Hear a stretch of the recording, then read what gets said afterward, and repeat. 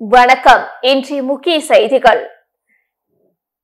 250 நாய்களின் ஒரு வருட உணவிற்காகவும் ராபிஸ் தடுப்பூசி செலுத்துவதற்காகவும் தேசிய மக்கள் மன்றம் சார்பில் நன்கொடை வழங்கப்பட்டது. புதுச்சேரி அருகில் பூத்துறை கிராமத்தில் வெரோனிகா என்பவர் நாய்களுக்கான காப்பகம் அமைத்து வீதிகளில் சுற்றித் திரிந்த 250 நாய்களை மீட்டு பராமரித்து வருகின்றார்.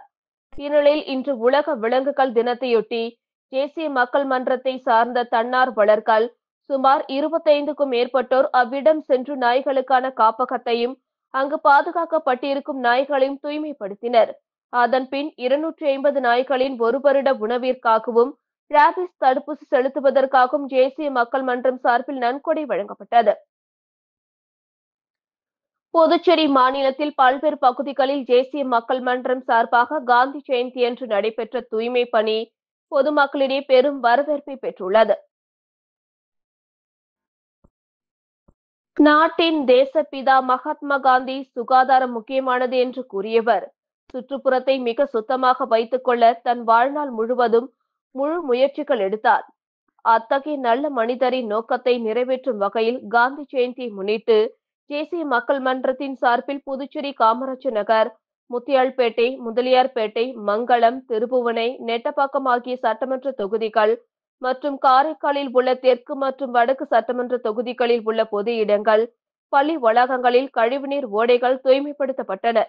சுற்றுச்சூழலையும் சுகாதாரத்தையும் முழு முயற்சியாக பின்பற்றும் தேசிய மக்கள் மன்றத்தினர் காந்தி ஜெயந்தியின் போது காந்தி படத்திற்கு மலர் தூவி மரியாதை செலுத்திய பின்னர் தங்கள் தூய்மை பணிகளை தொடங்கினர். இதில் 500க்கும் மேற்பட்ட தேசிய மக்கள் மன்றத்தினர் ஆர்வமுடன் பங்கேற்று தூய்மை பணியில் ஈடுபட்டு கழிவுகளையும் குப்பைகளையும் அப்புறப்படுத்தினர். இப்பணிகள் அனைத்தும் மக்களின் கோரிக்கைகளை ஏற்று படிப்படியாக செயல்படுத்தப்பட்டது. குப்பைகள் சுத்தம் செய்த பின்னர் ஒவ்வொரு தொகுதியிலும் நுண்ணுயிர் தூவப்பட்டது. அதாவது இந்த நுண்ணுயிர் கொசுக்களை உற்பத்தி செய்யும் முட்டைகளை மற்றும் அழுக்குகளை சரி செய்து விடும், மேலும் துர்நாற்றத்தை தடுக்கும். இப்படி 70 வாய்க்கால்களில் நுண்ணுயிர் தெளிப்பு நடைபெற்றது. மேலும் தேசிய மக்கள் மன்ற நிர்வாகிகள் வீடு வீடாக சென்று மக்களை சந்தித்து தொகுதியில் உள்ள குறைகளை கேட்டறிந்தனர். இந்த நிகழ்ச்சியின் சிறப்பம்சமாக தூய்மை பணிக்கு சென்றபோது 18 வருடமாக இருந்த தேவகி நகர் மக்கள் பிரச்சினை ஆன காலி மனையில் வளர்ந்த செடிகள், அதனால் வாய்க்கால் அடைப்பு, அதன் மூலம் உருவான சுகாதார பிரச்சினைகள் மற்றும் துர்நாற்றத்தை பொதுமக்கள் கேட்டுக்கொண்டதன் பெயரில் உடனடியாக ஜேசிபி வைத்து முற்புதர்கள் அகற்றி சுத்தம் செய்தது அந்த மக்களிடையே பெரும் வரவேற்பை பெற்றது. இப்படி எந்த ஒரு எதிர்பார்ப்பும் இன்றி புதுச்சேரி மக்களின் வளர்ச்சிக்காகவும் தூய்மைக்காகவும் தேசிய மக்கள் மன்றத்தினர் பணி செய்தனர். தூய்மை பணி செய்த அனைவருக்கும் தேசிய மக்கள் மன்றத்தின் சார்பில் தேசிய மக்கள் மன்ற நிறுவனரும் தலைவரும் இதயபூர்வமான பாராட்டுக்களை தெரிவித்துள்ளனர். கிராம சபை கூட்டங்களில் எடுக்கப்படும் தீர்மானங்களை நிறைவேற்ற புதுச்சேரி அரசின் உள்ளாட்சி நிர்வாகத்தினர் உதவ வேண்டுமென சமூக ஆர்வலர் திரு ஜோஸ் சார்லஸ் மார்டின் அவர்கள் கேட்டுக் கொண்டுள்ளார். இது தொடர்பாக அவர் சமூக வலைதளங்களில் வெளியிட்டுள்ள பதிவில், காந்தி ஜெயந்தியை முன்னிட்டு பாகூர் அருகில் குருவிநத்தத்தில் நடந்த கிராம சபை கூட்டத்தில் பங்கெடுத்த அரசு ஊழியர்களை அப்பகுதி மக்கள் சிறைப்பிடித்து போராட்டம் செய்தனர். தொடர்ந்து வரும் மின்வெட்டு, பால கட்டுமான பணிகள் குறித்து ஒவ்வொரு முறை தீர்மானம் போட்டும் எந்த நடவடிக்கையும் எடுக்காததால் தான் இவ்வாறு செய்ததாக கூறுகின்றனர். எனவே கிராம சபை கூட்டங்களில் எடுக்கப்படும் தீர்மானங்களை நிறைவேற்ற புதுச்சேரி அரசின் உள்ளாட்சி நிர்வாகத்தினர் உதவ வேண்டுமென குறிப்பிட்டுள்ளார். பண்டிகை காலத்திலும் இடைவிடாது தூய்மை பணி செய்த பணியாளர்களின் சேவை மிகுந்த பாராட்டுதலுக்குரியது என சமூக ஆர்வலர் திரு ஜோஸ் சார்லஸ் மார்டின் அவர்கள் தெரிவித்துள்ளார். இது தொடர்பாக அவர் சமூக வலைதளங்களில் வெளியிட்டுள்ள பதிவில், புதுச்சேரியில் ஆயுத பூஜையை கொண்டாடிய பின் வாழை மரக்கன்றுகள், வெண் பூசணிக்காய் ஆகியவை தெருக்களில் போடப்பட்டிருந்தன. அதனை தூய்மை பணியாளர்கள் கடுமையாக உழைத்து சுமார் 800 டன் குப்பைகளை அகற்றியுள்ளனர். பண்டிகை காலத்திலும் இடைவிடாது தூய்மை பணி செய்த பணியாளர்களின் சேவை மிகுந்த பாராட்டுதலுக்குரியது என்று குறிப்பிட்டுள்ளார். புதுச்சேரியில் அதிகரிக்கும் நெரிசலை கட்டுப்படுத்த கூடுதல் போலீசாரை நியமிக்காமல் இழுத்தடிக்கும் காவல்துறையின் போக்கு கண்டிக்கத்தக்கது என சமூக ஆர்வலர் திரு ஜோஸ் சார்லஸ் மார்டின் அவர்கள் குற்றம் சாட்டியுள்ளார். இது தொடர்பாக அவர் சமூக வலைதளங்களில் வெளியிட்டுள்ள பதிவில், கூடுதல் காவலர்கள் கேட்டு புதுச்சேரி போக்குவரத்து போலீசார் அனுப்பிய கோப்பினை காவல் தலைமையகம் கண்டுகொள்ளாத செயல் குறித்து ஊடகங்களில் செய்தி வெளியாகியுள்ளது. எனவே புதுச்சேரியில் அதிகரிக்கும் நெரிசலை கட்டுப்படுத்த கூடுதல் போலீசாரை நியமிக்காமல் இழுத்தடிக்கும் காவல்துறையின் போக்கு கண்டிக்கத்தக்கது. இதனை அரசு கவனத்தில் கொண்டு உரிய நடவடிக்கை எடுக்குமாறு கேட்டுக் கொள்கிறேன் என்று குறிப்பிட்டுள்ளார். மோசடியில் ஈடுபட்ட இளநிலை பொறியாளர் விவேகானந்தன் மீது வழக்கு பதிவு செய்ததோடு விடாமல் நிரந்தர பணியிட நீக்கம் செய்து கைது செய்ய வேண்டுமென சமூக ஆர்வலர் திரு ஜோஸ் சார்லஸ் மார்டின் அவர்கள் வலியுறுத்தியுள்ளார். இது தொடர்பாக அவர் சமூக வலைதளங்களில் வெளியிட்டுள்ள பதிவில், புதுச்சேரி வில்லியனூர் பகுதியில் 155 கழிப்பறைகள் கட்டாமலேயே பொய் கணக்கு காட்டி ரூபாய் 23.10 லட்சம் மோசடி செய்யப்பட்டிருப்பது அதிர்ச்சியை தருகிறது. மோசடியில் ஈடுபட்ட இளநிலை பொறியாளர் விவேகானந்தம் மீது வழக்கு பதிவு செய்ததோடு விடாமல் நிரந்தர பணியிட நீக்கம் செய்து கைது செய்ய வேண்டும். ஒப்பந்த ஊழியர் உட்பட 8 பேரை நீதிமன்றத்தில் ஆஜர்படுத்தி உரிய தண்டனை பெற்றுத்தர வேண்டும் என குறிப்பிட்டுள்ளார். புதுச்சேரி அடுத்த வில்லியனூரில் கழிப்பறைகள் கட்டப்படாமலேயே கட்டப்பட்டதாக கணக்கு காட்டப்பட்டு லட்சக்கணக்கில் மோசடி நடைபெற்றிருப்பது அம்பலமாகியுள்ளது. 155 கழிப்பறைகள் கட்டப்பட்டதாக கணக்கு காட்டி 23.1 லட்சம் பணத்தை அரசின் இளநிலை பொறியாளர் விவேகானந்தம் மோசடி செய்துள்ளார். இந்நிலையில் மோசடியில் ஈடுபட்ட இளநிலை பொறியாளரை உடனடியாக கைது செய்வதோடு அவரை பணி நீக்கம் செய்ய வேண்டும். அதேபோல் அவரை நீதிமன்றத்தில் ஆஜர்படுத்தி உரிய தண்டனை பெற்றுத்தர வேண்டும் என சமூக சேவகர் சார்லஸ் மார்டின் அரசை வலியுறுத்தியுள்ளார். காந்தி ஜெயந்தியை முன்னிட்டு நடைபெற்ற தூய்மை பணியில் JCM மக்கள் மன்றத்தினர் ஈடுபட்டிருந்த போது தேவகிநகர் மக்கள் JCM மக்கள் மன்றத்தை நாடி பல வருடமாக தேவகிநகர் காலி பிளாட் முற்புதர்களால் ஏற்பட்ட வடிகால் அடைப்பு சரிசெய்யப்படாததையும் இதனால் ஏற்படும் சுகாதார பிரச்சனைகள் குறித்து கூறி அதை சரிசெய்ய கோரிக்கை வைத்தனர். காலையில மனு கொடுத்தோம், ஈவினிங் நீங்க முடிச்சு கொடுத்துட்டீங்க. சார் குரூப்பால வந்தாங்க, செக் பண்ணாங்க. அப்போ நாங்கள் ஒரு கோரிக்கை வச்சோம். இதுமாதிரி இந்த இடத்துல ஃபுல்லாக பூச்சி போட்டுருக்கு, பாம்பு நிறையா வருது, எல்லாம் வருது, கொஞ்சம் க்ளீன் பண்ணிக்கிறோம் சொல்லி ஒரு 11 மணி தான் சொன்னோம். அவங்க ஒரு 4 ஈவினிங் 4 o'clock எல்லாமே ஃபினிஷ் பண்ணிட்டு பக்காவாக முடிச்சு கொடுத்துட்டாங்க. எங்களுக்கு தேவையான செகண்ட் காஸ்ட்டாக ரொம்ப நன்றி சொல்லியிருக்கோம். ரொம்ப நன்றி சொல்லியிருக்கோம். இதனை அறிந்த சமூக சேவகர் சார்லஸ் மார்டின் அவற்றை உடனடியாக சரிசெய்ய அறிவுறுத்தியதன் பேரில் முட்புதர்கள் உடனடியாக அகற்றப்பட்டு குப்பை மேடுகள் சமன் செய்யப்பட்டு வடிகால் சரி செய்யப்பட்டது. அரசு கண்டு கொள்ளாத நிலையில் விரைவாக சரி செய்து கொடுத்த சமூக சேவகர் சார்லஸ் மார்டினுக்கு மக்கள் நன்றி தெரிவித்தனர். புதுச்சேரியில் மக்கள் பிரச்சினைகளை அரசு அலட்சியப்படுத்துவதற்கு உதாரணமாக பாகூரில் நடந்த சம்பவம் பேசுபொருளாகியுள்ளது. காந்தி ஜெயந்தியை முன்னிட்டு பாகூர் அருகே குருவினத்தத்தில் நடந்த கிராம சபை கூட்டத்தில் பங்கெடுத்த அரசு ஊழியர்களை அப்பகுதி மக்கள் சிறைப்பிடித்து போராட்டம் செய்தனர். தொடரும் மின்வெட்டு, பால கட்டுமான பணிகள் குறித்து ஒவ்வொரு முறை தீர்மானம் போட்டும் எந்த நடவடிக்கையும் எடுக்காததால் தான் இவ்வாறு செய்ததாக கூறுகின்றனர். எனவே கிராம சபை கூட்டங்களில் எடுக்கப்படும் தீர்மானங்களை நிறைவேற்ற புதுச்சேரி அரசின் உள்ளாட்சி நிர்வாகத்தினர் விரைந்து நடவடிக்கை எடுக்க வேண்டும் என சமூக சேவகர் சார்லஸ் மார்டின் வலியுறுத்தியுள்ளார். புதுச்சேரி கல்வித்துறைக்கு நிரந்தர இயக்குநரை நியமனம் செய்ய வேண்டும், ஒப்பந்த ஆசிரியர்களை பணி நிரந்தரம் செய்ய வேண்டும் உள்ளிட்ட பல்வேறு கோரிக்கைகளை வலியுறுத்தி 100க்கும் மேற்பட்ட அரசு ஆசிரியர் சங்கத்தினர் சட்டசபை அருகே தர்ணா போராட்டத்தில் ஈடுபட்டனர். புதுச்சேரி அரசு ஆசிரியர் சங்கங்களின் ஒருங்கிணைப்பு குழு சார்பில் பல்வேறு கோரிக்கைகளை அரசு நிறைவேற்ற கோரி சட்டசபை அருகே தர்ணா போராட்டத்தில் ஈடுபட்டனர். பள்ளி கல்வித்துறைக்கு நிரந்தர இயக்குநரை நியமிக்க வேண்டும், அரசு பள்ளிகளில் காலியாக உள்ள ஆசிரியர் பணியிடங்களை உடனடியாக நிரப்ப வேண்டும், ஒப்பந்த அடிப்படையில் பணிபுரியும் சிறப்பு ஆசிரியர்கள், கணினி ஆசிரியர்கள் என பல்வேறு பிரிவுகளில் பணிபுரியும் ஆசிரியர்களை பணி நிரந்தரம் செய்ய வேண்டும் என்பன உள்ளிட்ட பல்வேறு கோரிக்கைகளை வலியுறுத்தி 100க்கும் மேற்பட்ட ஆசிரியர்கள் அரசுக்கு எதிராக கண்டன கோஷங்கள் எழுப்பினர். இந்திய கடலோர காவல் படைக்கு அக்சர் என்ற புதிய கப்பல் அர்ப்பணிக்கப்பட்டது. அக்சர் என்றால் அழியாதது என்று பொருள்படும் இந்த கப்பல் ஆத்ம நிர்பர் பாரத திட்டத்தில் முழுவதும் இந்திய நாட்டின் தற்சார்பாக உருவாக்கப்பட்ட கப்பல் என்ற பெருமையை பெற்றுள்ளது. கோவா ஷிப் யார்ட் லிமிடெட் நிறுவனம் தயாரித்த இந்த கப்பல் 51 மீட்டர் நீளம், 320 டன் எடை, 3000 கிலோவாட் டீசல் என்ஜின்கள், மணிக்கு 50 கிலோமீட்டர் வேகத்தில் 2800 கிலோமீட்டர் தொலைவை கடக்கும். நவீன ஆயுத வசதிகளும் தானிய கட்டுப்பாட்டு அமைப்புகளும், 30 மில்லிமீட்டர் துப்பாக்கி, 12.7 மில்லிமீட்டர் இயந்திர துப்பாக்கிகள் கப்பலில் அமைக்கப்பட்டுள்ளது.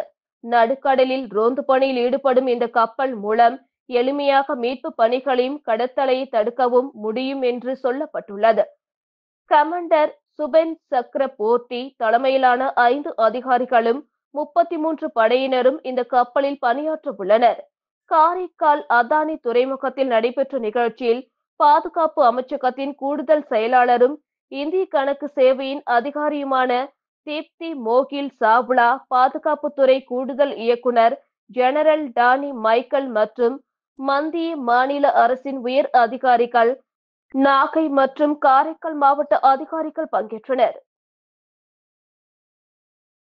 புதுச்சேரி அரசு பள்ளிகளில் 1ஆம் வகுப்பு முதல் 5ஆம் வகுப்பு வரை தமிழ் வழி கல்வி அறிமுகப்படுத்தப்படும் என அமைச்சர் நமச்சிவாயம் அறிவித்துள்ளார். இது தொடர்பாக கல்வி அமைச்சர் நமச்சிவாயம் கூறுகையில், தாய்மொழி தமிழை போற்றும் வகையில் வெகு விரைவில் புதுச்சேரியில் 1ஆம் வகுப்பு முதல் 5ஆம் வகுப்பு வரை தமிழ் வழி கல்வியை ஆரம்பிக்க இருக்கிறோம். அதற்கான நடவடிக்கை எடுக்கப்பட்டு வருகிறது. மிக விரைவில் அரசின் ஒப்புதல் பெறப்பட்டு துவங்கப்படும். மாநிலத்தில் கல்வியை மேம்படுத்த அனைத்து நடவடிக்கைகளையும் எடுத்துள்ளோம். விரைவில் பள்ளிகளில் ஸ்மார்ட் போர்டு வைக்க உள்ளோம் என்றார். புதிய தேசிய கல்விக் கொள்கை 1 முதல் 5ஆம் வகுப்பு வரை தாய் மொழியில் கல்வி கற்பிப்பதை ஊக்குவிக்கிறது. இதன்படி புதுச்சேரி அரசு பள்ளிகளில் 1 முதல் 5ஆம் வகுப்பு வரை தமிழ் வழி கல்வி மீண்டும் அறிமுகப்படுத்தப்பட உள்ளது. புதுச்சேரியில் மது அருந்தும் போது நண்பர்களுக்குள் ஏற்பட்ட தகராறில் வாலிபர் பீர் பாட்டிலால் குத்தி கொலை செய்யப்பட்ட சம்பவம் புதுச்சேரியில் பரபரப்பை ஏற்படுத்தியுள்ளது. கடந்த 4 நாட்களில் 3 கொலைகள் நடந்துள்ளதால் பொதுமக்களும் பீதியடைந்துள்ளனர்.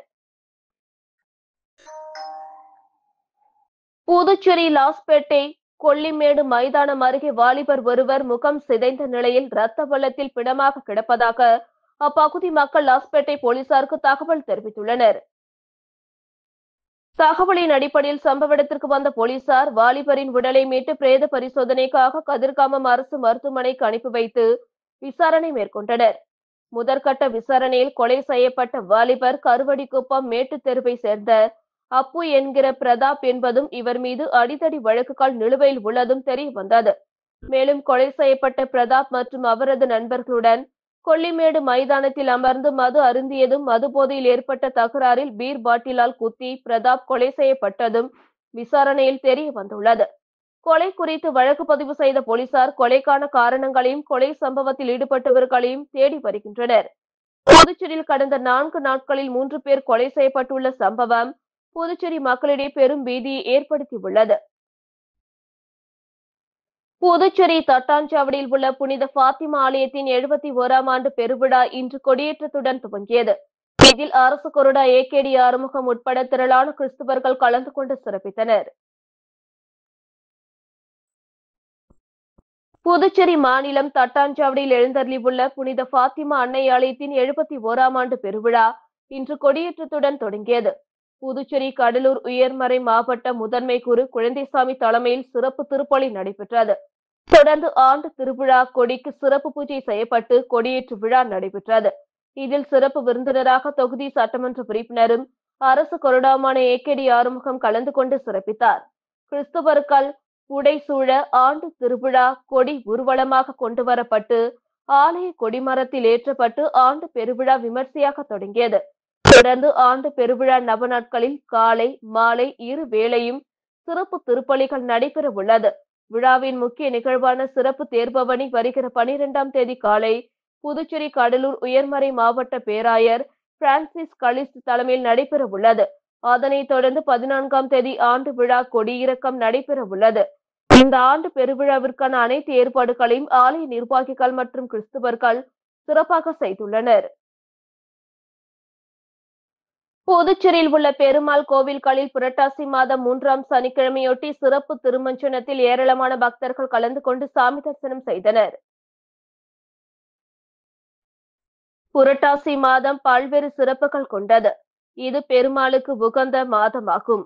இந்த மாதத்தில் வரும் சனிக்கிழமைகளில் பெருமாளுக்கு விரதம் இருந்து வழிபட்டு அவரது திருக்கோயில்களுக்கு சென்று தரிசனம் பெறுவதால் சகல நன்மைகளும் கைகூடும் என்பது ஐதீகம். அந்த வகையில் காந்தி வீதி பெருந்தேவி தாயார் சமேத வரதராஜ பெருமாள் கோவில், செட்டிப்பட்டு ஸ்ரீதேவி பூதேவி சமேத வரதராஜ பெருமாள் கோவில் உள்ளிட்ட பல்வேறு பெருமாள் கோயில்களில் புரட்டாசி மாதம் 3ஆம் சனிக்கிழமையொட்டி காலை 7 மணிக்கு திருப்பள்ளி எழுச்சி, மாலை 6 மணிக்கு சிறப்பு திருமஞ்சனம், இரவு 7 மணிக்கு சிறப்பு அலங்காரத்தில் மகா தீபார்த்தனை மற்றும் நெய்வேத்தியம் நடந்தது. இதில் திரளான பக்தர்கள் கலந்து கொண்டு சாமி தரிசனம் செய்தனர். புதுச்சேரி நகரில் போக்குவரத்து நெரிசலை தவிர்க்க ரூபாய் 436 கோடியில் உயர்மட்ட மேம்பாலம் கட்ட அனுமதி வழங்கிய மத்திய அரசுக்கு காங்கிரஸ் எம்பி வைத்தியலிங்கம் நன்றி தெரிவித்துள்ளார். இது தொடர்பாக பேசிய அவர், மத்திய அமைச்சர் நிதின் கட்கரி வரும் 13ஆம் தேதி புதுச்சேரியில் ராஜீவ் சதுக்கம், இந்திரா சதுக்கம் இடையே மேம்பாலம் கட்டுவதற்கான பணியை துவக்கி வைக்க உள்ளார். இந்த பாலத்திற்கு காங்கிரஸ் ஆட்சியில் முயற்சி எடுக்கப்பட்டது. முன்னாள் முதல்வர் நாராயணசாமி பலமுறை மத்திய அமைச்சருக்கு கடிதம் எழுதினார். நான் லோக்சபாவில் 5 முறை பேசியுள்ளேன். அமைச்சர் நிதின் கட்கரி பலமுறை நேரில் சந்தித்து வலியுறுத்தினேன். அதனை ஏற்று மேம்பாலம் கட்ட அனுமதி அளித்த மத்திய அரசுக்கு நன்றி தெரிவித்துக் கொள்கிறேன்.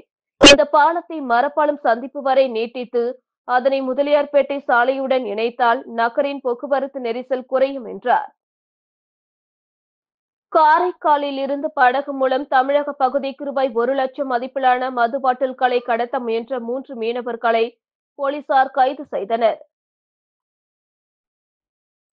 புதுச்சேரி யூனியன் பிரதேசமான காரைக்கால் மாவட்டம் கோட்டுச்சேரி அடுத்த அக்கம்பேட்டை மீனவ கிராம கடற்கரை பகுதியில் அடையாளம் தெரியாத ஃபைபர் படகு ஒன்று நிற்பதாக கோட்டுச்சேரி காவல் நிலைய போலீசாருக்கு நேற்றிரவு தகவல் கிடைத்தது.